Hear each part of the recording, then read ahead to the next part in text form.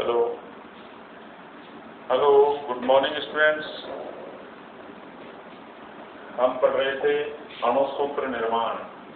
अणुसूत्र निर्माण में धनमूलक और ऋणमूलक मैंने आपको सारणी बनवाई, उसके अकॉर्डिंग हमने आपको अणुसूत्र का निर्माण करना सिखाया।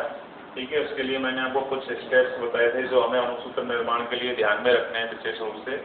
इसमें सबसे पहले मैंने आपको बताया था क्या कि इसमें हमें कोई भी रासायनिक नाम जो दे रखा होता है उसमें धनमूलक और ऋणमूलक की पहचान करनी होती है। ठीक है, धनमूलक और ऋणमूलक की पहचान के पश्चात हमें क्या करना होता है, उनके जो मूलक होते हैं उन मूलकों को उनके साथ उनके नीचे लिखना होता है। उसके बाद क्या करना है, उसके बाद जो है हमें उनकी जो संयोजकताएं रहती हैं उन संयोजकताओं का आदान प्रदान करना है। संयोजकताओं के आदान प्रदान के दौरान क्या होता है, उन पर जो आवेश होते हैं वो निरस्त हो जाते हैं और उनके जो संख्यात्मक मान रखते हैं उन संख्यात्मक मानों को उनके नीचे लिख दिया जाता है। तो इस तरह से हम क्या करते हैं, इन स्टेप्स के द्वारा जो है इन स्टेप्स को ध्यान में रखकर हम अणुसूत्र का निर्माण कर सकते हैं। ठीक है, उस दिन मैंने आपको कुछ उदाहरण बताए थे और ये मैंने आपको घर के लिए दिया था कि आप घर पे बैठ के इसको इनसे जो है जितने भी संभावित अणुसूत्र हैं वो आप बनाएं। ठीक है, आपने बना लिए होंगे तो आप अपनी नोटबुक में जो भी आपने अणुसूत्र बनाए हैं उनको आप मैच करेंगे। तो देखिए, आप सबसे पहले जैसे एक धनमूलक को अपन उठा लेते हैं और ये एक धनमूलक का इन तीनों ऋणमूलकों के साथ अणुसूत्र का निर्माण करेंगे। ठीक है, इसका नाम क्या है, कैल्शियम। ठीक है, अब हमको इनका नाम पता होने चाहिए तभी अपन इनका हिंदी में नाम लिख सकते हैं। इसका नाम कैल्शियम है, इसका पोटेशियम है, इसका मैग्नीशियम है और इसका क्यूप्रस। इसके बाद इसका ऋणमूलकों में देखें, इसका नाम हाइड्रोक्साइड, इसका नाइट्रेट और इसका फास्फेट।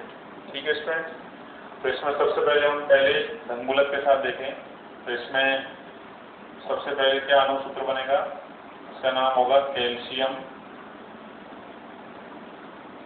कैल्शियम, इसके साथ बनाएंगे क्या बनेगा, हाइड्रोक्साइड। Calcium hydroxide. ठीक है स्टूडेंट्स, कैल्शियम हाइड्रोक्साइड। अब अणुसूत्र बनाना है इसका, कैसे बनेगा, कैल्शियम का Ca+2 हाइड्रोक्साइड का OH-1। ठीक है, इनकी संयोजकताएं आदान प्रदान करनी है। ठीक है, आवेश समाप्त हो जाएंगे तो क्या बनेगा, Ca। Ca के पास कितना आएगा, एक को लिखने की आवश्यकता नहीं है। फिर कोष्टक में क्या लिखेंगे अपन, OH। कोष्टक में क्या लिखा, क्योंकि ये दो तत्वों से मिलकर बना मूलक है इसलिए अपन क्या करते हैं, जो दो तत्वों से मिलकर बने मूलक होते हैं उनको अणुसूत्र बनाते समय कोष्टक में बंद कर देते हैं। ठीक है, और बाहर क्या लगाते हैं, इसमें 2। क्या आएगा इसके पास, 2। तो क्या बन गया सूत्र, CaOH का होल। ठीक है, होल का मतलब पूरा, संपूर्ण। ठीक है, संपूर्ण पर कितना है, 2। ये 2 O के साथ भी और H के साथ भी, इसलिए क्या बोलते हैं इसको, होल। ठीक है, CaOH का होल ट्वाइस। आगे बात समझते हैं। इसके बाद दूसरा क्या बनेगा बताइए आप, दूसरा बनेगा आपका calcium nitrate. Calcium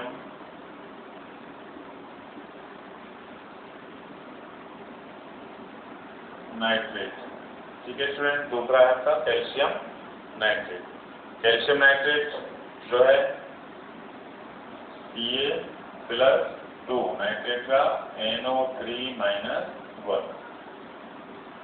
okay student, इसी तरह फिर संयोजकताएं अपन को इंटरचेंज करनी है। तो Ca के पास कितना आएगा बताइए आप, एक को हमें लिखने की आवश्यकता नहीं है। ठीक है, फिर क्या लिखेंगे हम, NO3।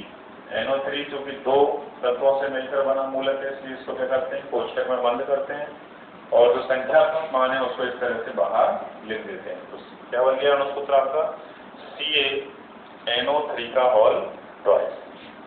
इसके बाद आ जाइए नंबर 3। नंबर 3 बनेगा आपका कैल्शियम फास्फेट।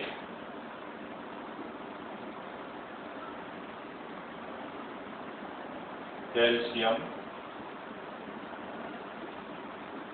फास्फेट। ठीक है स्टूडेंट्स, कैल्शियम का Ca+2 और फास्फेट का PO4-3। ठीक है, Ca+2 और PO4 - 2 3। अब इनका क्या करना है, संयोजकता है परिवर्तित, ऋण मूलक की धन मूलक पर, धन मूलक की ऋण मूलक पर। ठीक है, संयोजकताएं परिवर्तित करने के बाद क्या करेंगे, इन पर जो आवेश है वो समाप्त हो जाते हैं और जो संख्यात्मक मान है उनको इनके नीचे लिख दिया जाता है। तो Ca3 यहाँ 3 आ गया।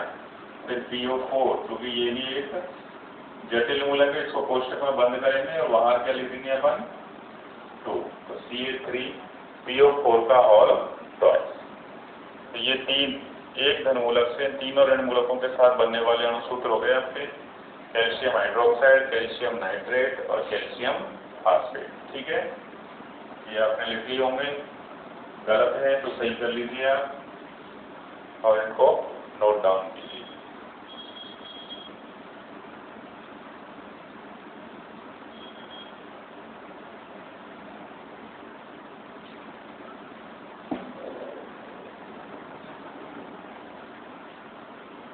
ओके स्टूडेंट्स, अब दूसरे धन मूलक से अपन देखते हैं।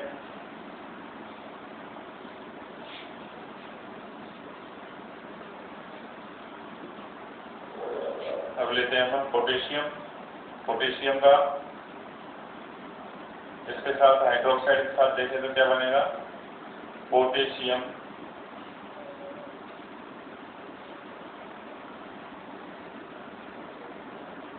Hydroxide.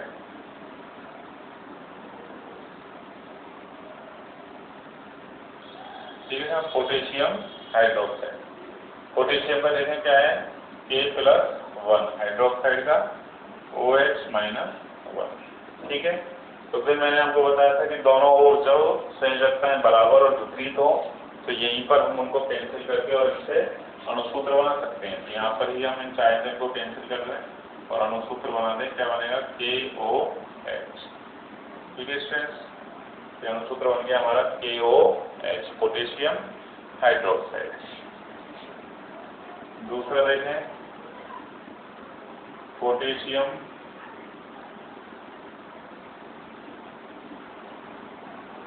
Nitrate, potassium nitrate. Potassium का देखें K+1, नाइट्रेट का NO3 - 1। ठीक है, यहाँ भी दोनों ओर संयोजकताएं बराबर और विपरीत है तो यही हम चाहे तो काट दें और सूत्र बनेगा KNO3, potassium nitrate. Okay students, इसके बाद तीसरा है आपका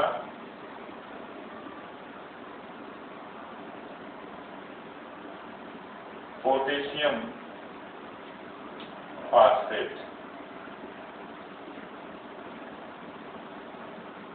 ठीक है, पोटेशियम का K+1, फास्फोट का फास्फेट है आपका PO4 - 3। संयोजकताएं परिवर्तित करेंगे, ऋण मूलक की धन मूलक पर, धन मूलक की ऋण मूलक पर। K, ठीक है, यहाँ पर क्या आएगा K के साथ 3 और PO4 इसके बाद कोष्टक में बंद करें, बाहर क्या लगने वाला है 1, इसलिए ना तो 1 लगाने की जरूरत है और 1 नहीं लगा रहे तो कोष्टक लगाने की भी जरूरत नहीं है। सूत्र क्या बन गया, K3PO4, पोटेशियम फास्फेट। ठीक है स्टूडेंट्स, तो ये आपके पोटेशियम के तीनों ऋण मूलक के साथ बनने वाले अणुसूत्र, पोटेशियम हाइड्रोक्साइड, पोटेशियम नाइट्रेट और पोटेशियम फास्फेट। इनको आप नोट डाउन कीजिए।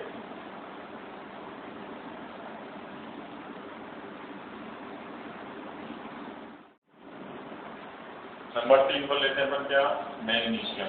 ठीक है, मैग्नीशियम पहला क्या बनेगा आपका अणुसूत्र, मैग्नीशियम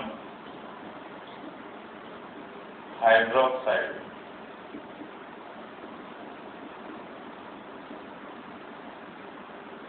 मैग्नीशियम हाइड्रोक्साइड। ठीक है, Mg+2, हाइड्रोक्साइड का OH - 1। संयोजकताएं परिवर्तित की तो क्या होगा, Mg, इसके बाद एक आएगा, एक को लिखने की जरूरत नहीं है और OH का होल ट्वाइस। ठीक है students, then number 2, magnesium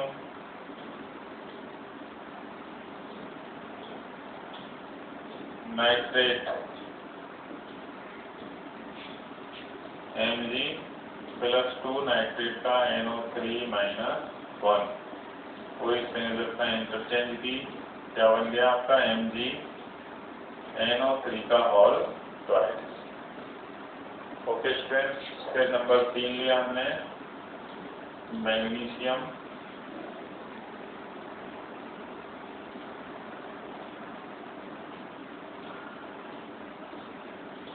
phosphate Mg+2 phosphate का PO4 - 3। संयोजक में परिवर्तित करेंगे क्या आएगा Mg, ठीक है, Mg के साथ कितना आएगा 3 और PO4 का होल ट्वाइस, Mg3 PO4 का होल ट्वाइस। इस तरह ये मैग्नीशियम के साथ बनने वाले 3 अणु सूत्र हो गए आपके, मैग्नीशियम हाइड्रोक्साइड, मैग्नीशियम नाइट्रेट और मैग्नीशियम फास्फेट। ओके स्टूडेंट्स, इनको आप नोट डाउन करेंगे।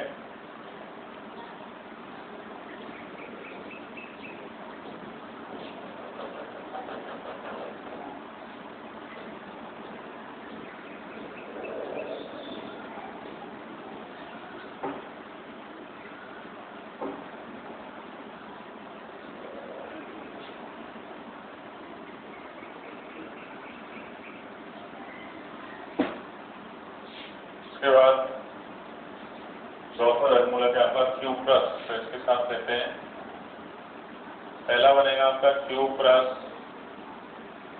हाइड्रोक्साइड,